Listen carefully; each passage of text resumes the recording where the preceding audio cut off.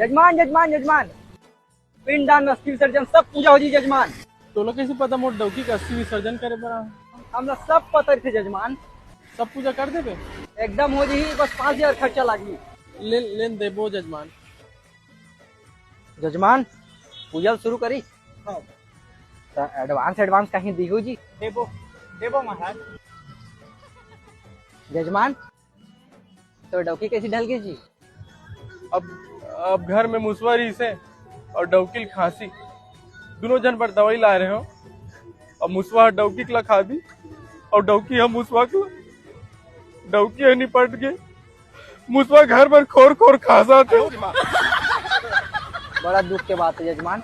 महाराज महाराज हाँ तो डौकी आवे अबे ना आवे मरे नहीं है।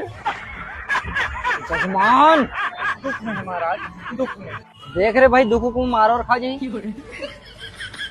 रिश्तेदारी में बांटे पर माला वाला लेन लगते।